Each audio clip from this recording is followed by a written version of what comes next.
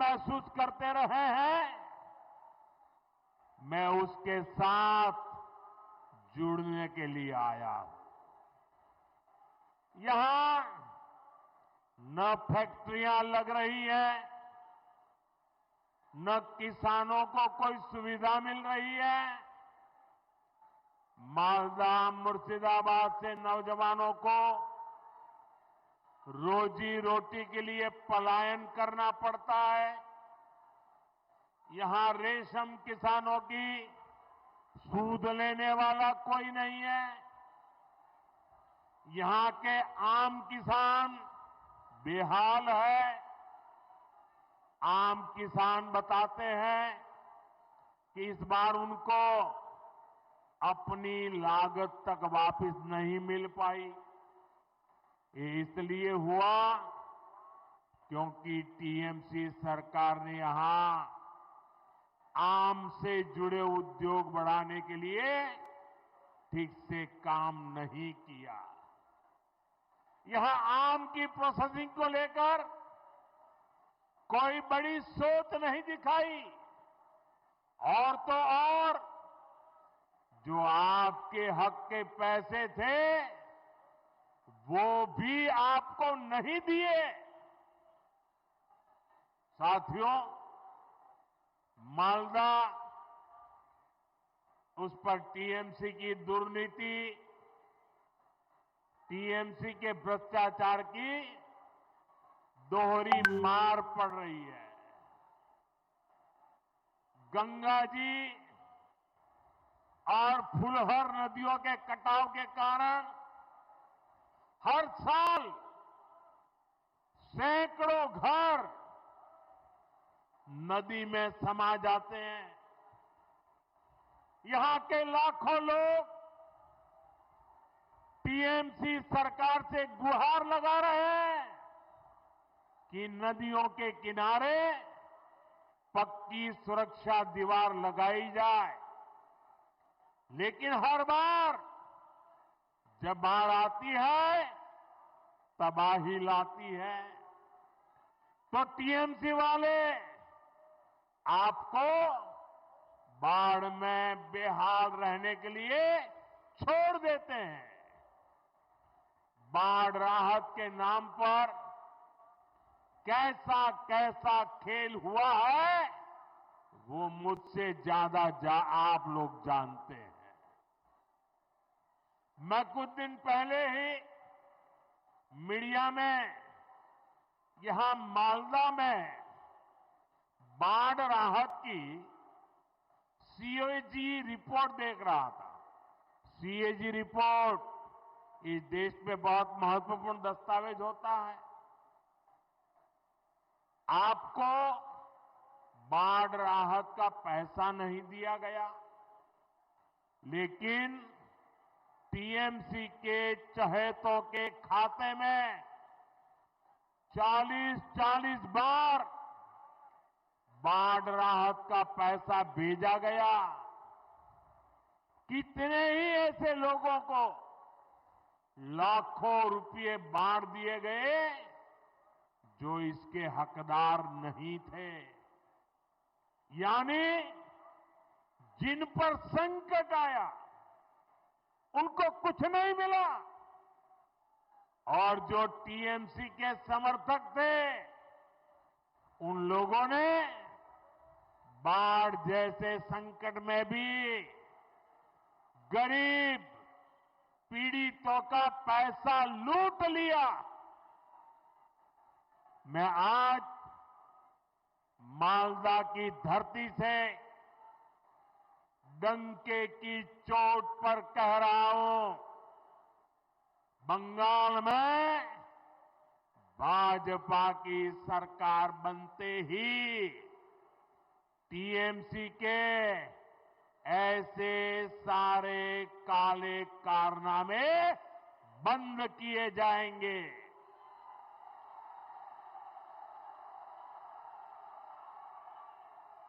और यहां गंगा जी, महानंदा और फुलहर पर बाढ़ से सुरक्षा के लिए पुख्ता इंतजाम किए जाएंगे। साथियों, आज मैं आपको बंगाल के तेज विकास का विश्वास दिलाने आया हूं।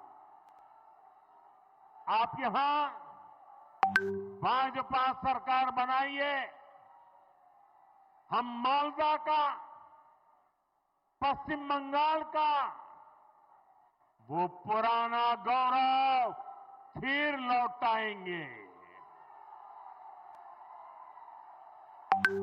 जो इंग्लिश बाजार में दिखता था, कालिया चक में दिखता था, साथियों, यहां जब भाजपा आएगी तो हम मालदा के किसानों और नौजवानों के लिए नए नए अवसर लेकर के आएंगे। भाजपा सरकार मालदा की मैंगो इकोनॉमी को नई ऊंचाई पर ले जाएगी। अभी केंद्र की बीजेपी सरकार भंडारण और कोल्ड स्टोरेज जैसा इंफ्रास्ट्रक्चर बनाने के लिए करीब करीब 1 लाख करोड़ रुपए की व्यवस्था की जा रही है। यहां सरकार बनने के बाद हम बंगाल में भी कोल्ड स्टोरेज जैसी सुविधाएं और बढ़ाएंगे। हम यहां के नौजवानों के लिए फूड प्रोसेसिंग सेक्टर में अवसर बढ़ाएंगे। साथियों, रेशम और जूट के धागे ये हमारी विरासत का हिस्सा है। रेशम किसानों के विकास के लिए केंद्र की भाजपा सरकार करोड़ों रुपयों की योजना चला रही है। जूट किसानों को, जूट इंडस्ट्री को भी ताकत मिले, इसके लिए भी केंद्र सरकार, केंद्र की भाजपा सरकार हर संभव प्रयास कर रही है। बीते 11 वर्षों में जूट के समर्थन मूल्य में अभूतपूर्व वृद्धि की गई है। 2014 से पहले जब टीएमसी वाले दिल्ली में केंद्र की सरकार चलवाते थे, दिल्ली की वो सरकार के वो हिस्सेदार थे, तब तक जूट का समर्थन मूल्य 2400 रुपये था। आज ये 5,500 रुपये से भी अधिक है, यानी डबल हो चुका है। भाजपा की केंद्र सरकार के प्रयासों के कारण जूट किसानों को ज्यादा पैसा भी मिला है। 2014 से पहले के 10 वर्षों में जूट किसानों को 400 करोड़ रुपए ही मिले थे। जब ये टीएमसी वाले दिल्ली सरकार में बैठे थे ना, तब की मैं बात करता हूं। जबकि बीते 11 वर्षों में जूट किसानों को भाजपा सरकार ने 1300 करोड़ रुपए से अधिक दिए हैं। यानी भाजपा सरकार ने जूट किसानों को 3 गुना ज्यादा पैसे दिए हैं।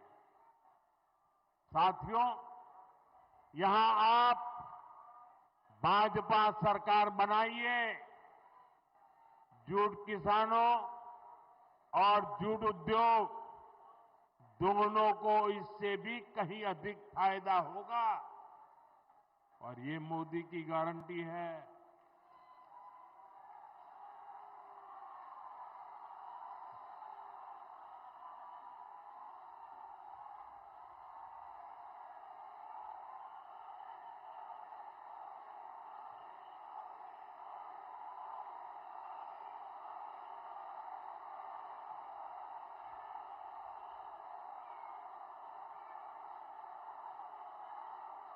साथियों, बंगाल के सामने एक बहुत बड़ी चुनौती घुसपैठ की है।